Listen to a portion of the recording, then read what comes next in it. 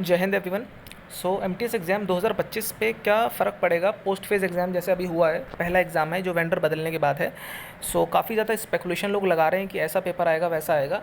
तो मैं जो सीरियस लोग हैं एमटीएस एग्ज़ाम को लेकर, मैं उन लोगों की बात नहीं कर रहा हूँ जिनके अंदर क्षण भंगुरता बहुत ज़्यादा है। अभी इस क्षण में कुछ सोच रहे हैं, अगले मोमेंट पे कुछ और सोचेंगे। तो क्षण भंगुरता से मुझे कोई ताल्लुकात नहीं है। जो लोग थोड़ा सीरियस एग्ज़ाम को लेकर, मैं उनके रिगार्डिंग कुछ बातें बताना चाहता हूँ ताकि वो थोड़ा ध्यान रखें और अपना पेपर ना रियून ना करें, मतलब उसको बर्बाद ना करें, बर्बाद हो जाएगा। अदरवाइज़ ना यूट्यूब पे जो जो जो इतनी भसड़ चल रही है ना, ये भसड़ आपको, ये कैकोफनी ना आपको ना एग्ज़ाम में कन्फ्यूज़ कर देगी और आप ना अपनी अपनी नाव खुद ही डुबा लोगे। तो प्लीज़ थोड़ी मेरी बात ध्यान से समझना। Being an experienced in all these exams, अपने तजुर्बे के हिसाब से, और एक तरीके से जब आप ना कई बार एग्ज़ाम देते रहते हो तो आप पुराने चावल बन जाते हो। ठीक है, मज़े खिलाड़ी बन जाते हो। आपको पता चल जाता है कि यार ये वेंडर बदल रहा है, या फिर पैटर्न बदल रहा है एग्ज़ाम का, या फिर मान लो एग्ज़ाम में क्वेश्चन आसान आ रहे हैं, टफ आ रहे हैं, इन सबसे ज़्यादा प्रभाव नहीं पड़ता। इट्स ऑल अबाउट कि एग्ज़ाम में परफॉर्म कैसे कर रहे हो। मान लो एग्ज़ाम अगर हद पार ईजी आ गया, जो कि पोस्ट फेज़ का 10th लेवल का एग्ज़ाम बहुत ईजी आ गया, सो कोई नई बात नहीं है। अगर आप देखो CHSL 2024 का जो मेंस हुआ था, टियर 2 जो हुआ था, वो इतना आसान आ गया था ना कि मतलब जिसकी कोई हद नहीं थी। ठीक है, लेकिन फिर भी जो लोग 345 नंबर स्कोर कर रहे थे वो लोग फाइनल मेरिट में नहीं आए। 360 का पेपर होता है, 345 नंबर लाने के बाद भी नहीं आए। वाई? वाई? क्योंकि बहुत, ये तो बहुत हाई स्कोर हो गया यार, इसमें तो टॉप 100 में रैंक आती। वो लोग टाइपिंग में फेल हो गए।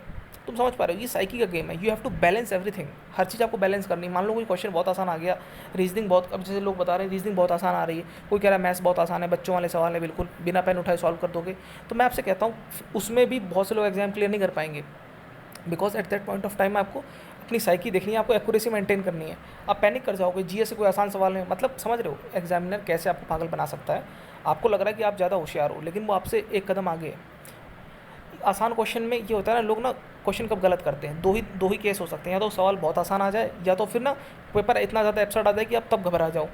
एग्जामिनर ही करता है, या तो पेपर इतना आसान बना देगा लेकिन आप इतनी खुशी में आप गलत कर दोगे सवाल, या तो फिर बहुत टफ आ जाएगा तो आप डर में गलत कर दोगे। बस इसमें वही इंसान जीत पाता है जो न्यूट्रल है, जो तटस्थ है, बिल्कुल उसको कोई फ़र्क ही नहीं पड़ रहा है। समझ रहे हो, बिल्कुल मेच्योरिटी के साथ वो बिल्कुल न्यूट्रल है ना, इधर उसको कोई प्रभाव ही नहीं पड़ रहा है। वैसे बंदे एग्जाम टैकल कर पाते हैं अच्छे से।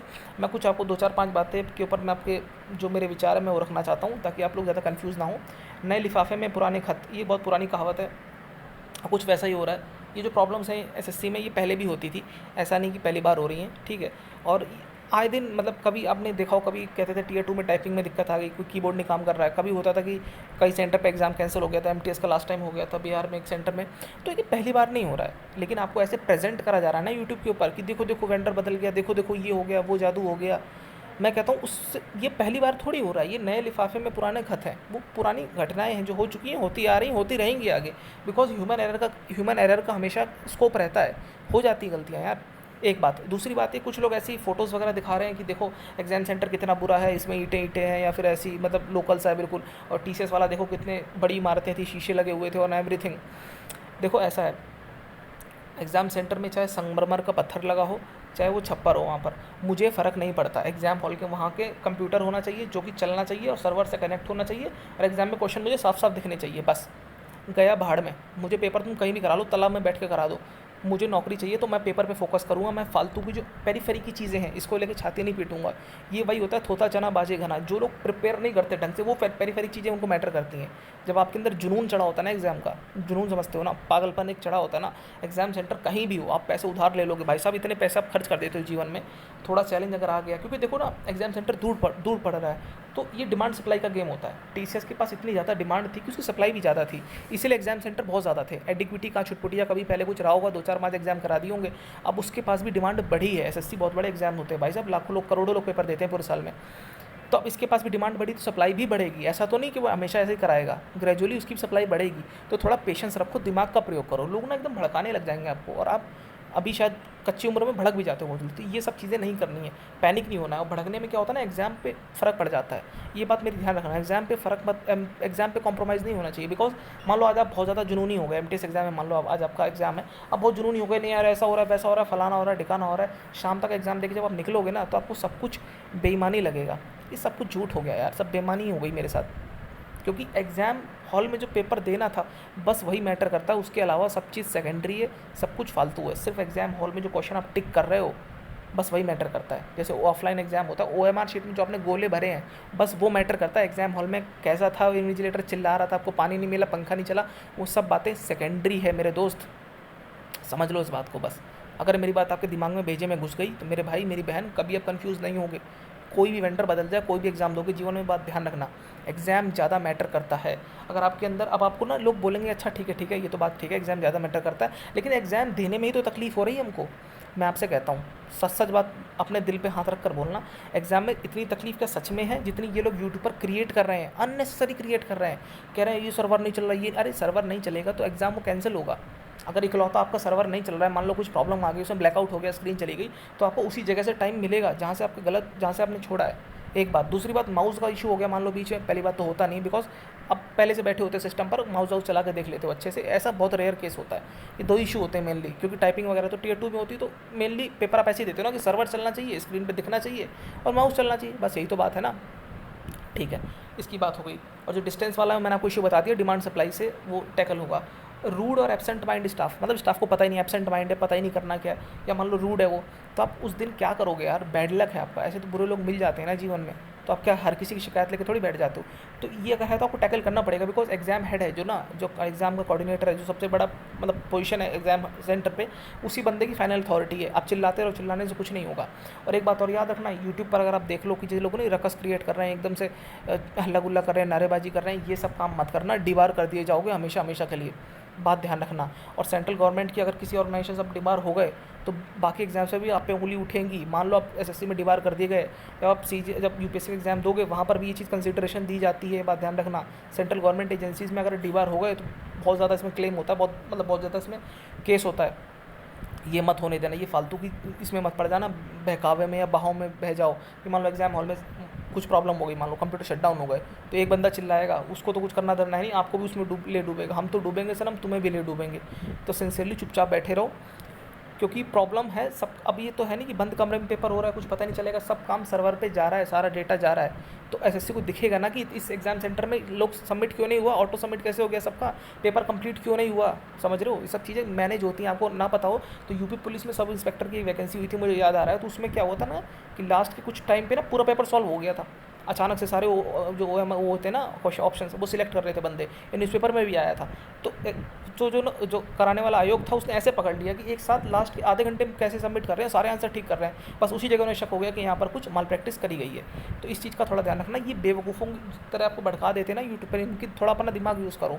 Common sense is not that much common, और ये सही बात है, इतनी भी कॉमन सेंस इतनी कॉमन नहीं कि सबके अंदर हो, तो प्लीज़ अपना दिमाग का प्रयोग करना।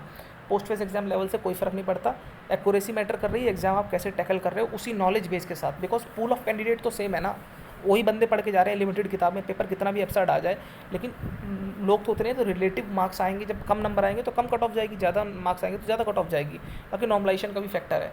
इम्पैक्ट ऑन एमटीएस एग्जाम कोई इम्पैक्ट नहीं पड़ेगा, एग्जाम जैसा आएगा, बिकॉज मान लो एग्जाम बहुत टफ आ गया एमटीएस का तो बहुत अच्छी बात है, अगर आसान भी आ गया तो भी बहुत अच्छी बात है, क्योंकि आसान आ गया तो एक्यूरेसी मैटर करेगी, टफ आ गया तो जो स्टैंडर्ड क्वेश्चन है वो आपको ठीक करने हैं बस। दिस इज़ द की, ये सक्सेस की है। बाकी आपको जो करना है कोर्स खरीदते रहो, कुछ भी नहीं होने वाला, बिकॉज आपको साइकी पता होनी चाहिए एग्जाम को टैकल कैसे करना है एग्जाम डे वाले दिन, बिकॉज जब आपके आंसर की आती है ना तब आप बोलते हो यार ये तो इतना हद पार आसान सवाल था, मैंने क्यों गलत कर दिया, बिकॉज आप जो मैंने बात 2 मिनट पहले बोली वो आप शायद ना समझ पाए हो, तो उसको समझ लेना, ना समझ पाए हो तो इस बार इस अटेम्प्ट में समझ लेना। Change in exam strategy is required, क्या एग्जाम स्ट्रेटजी बदलने की ज़रूरत है एमटीएस एग्जाम की हमें? एक शब्द में आंसर है absolutely no, in capital letters, no, कोई भी ज़रूरत नहीं। जो आपको पढ़ना है उतना स्टैंडर्ड पढ़ो, ग्रामर के रूल्स पढ़ो, वोकेबलरी पढ़ो, क्लोज टेस्ट में थोड़ी अपनी प्रैक्टिस बिठाओ, पिछले साल के पेपर लगाओ, और जहाँ तक बात रही जीएस की तो Lucent as a base material, उसमें फिर चीज़ें ऐड ऑन करते रहो। This should be the sole strategy. Exam centre वाले ने बात बता दी। और मेरी 2 बातें रोमांटिसिज्म, एक्सैजरेशन और वायलेंस के ऊपर, कुछ लोग वायलेंट भी हो रहे हैं बहुत ज़्यादा कि ऐसा करो वैसा करो, ऐसे खिलाफ ये हो वो, तो please don't do this, rather try to find out a solution. उसको तुम इतना क्रिएट करो कि देखो अब ये हो गया बवाल एंड एवरीथिंग, ऐसे थंबनेल लोग बनाते हैं उठपटांग से, ये सब करने की कोई आवश्यकता नहीं है। बच्चा ऑलरेडी इतना कन्फ्यूजन में है, उसको कन्फ्यूजन कम करनी चाहिए आपको, रादर देन उसको उकसाओ कि नहीं ऐसा है वैसा है, ऐसा एग्जाम आएगा, उसको डरा रहे हो पहले ही, ठीक है। अगर मान लो कि क्वेश्चन एब्सर्ड आ भी रहा है तो वो क्वेश्चन या तो गलत है, तो मान लो फिर तो हट जाएगा वो, तो फिर बात खत्म हो गई। अगर मान लो टफ क्वेश्चन आ रहे हैं तो बहुत से लोग नहीं कर पाएंगे, और उसको नहीं कर पाएंगे तो रिलेटिव ग्रेडिंग में काउंट ही नहीं होगा वो, समझ रहे हो। अगर लोग गलत करेंगे तो बहुत अच्छी बात है, आपने इसको छोड़ दिया, लोगों ने गलत करा तो आप तो पहले ही उससे आगे हो गए ना। छोटी छोटी बातें यार, कॉमन सेंस दिमाग लगा के प्रयोग करा करो।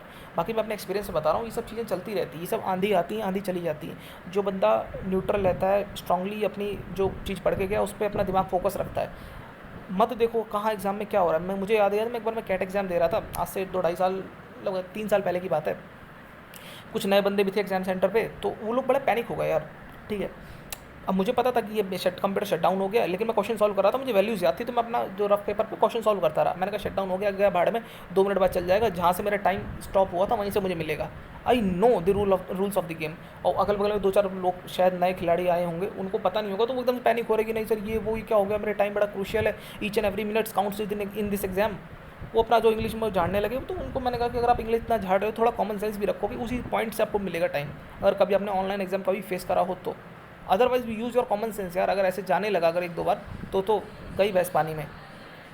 एनीवेज, सो आई होप आपको वीडियो समझ में आई होगी, मेरी बातें समझ में आई होगी। कोई और डाउट हो तो आप लोग कमेंट बॉक्स में बता सकते हैं, और मिलते हैं आप लोगों से अगली वीडियो में। तब तक के लिए गुड बाय, जय हिंद।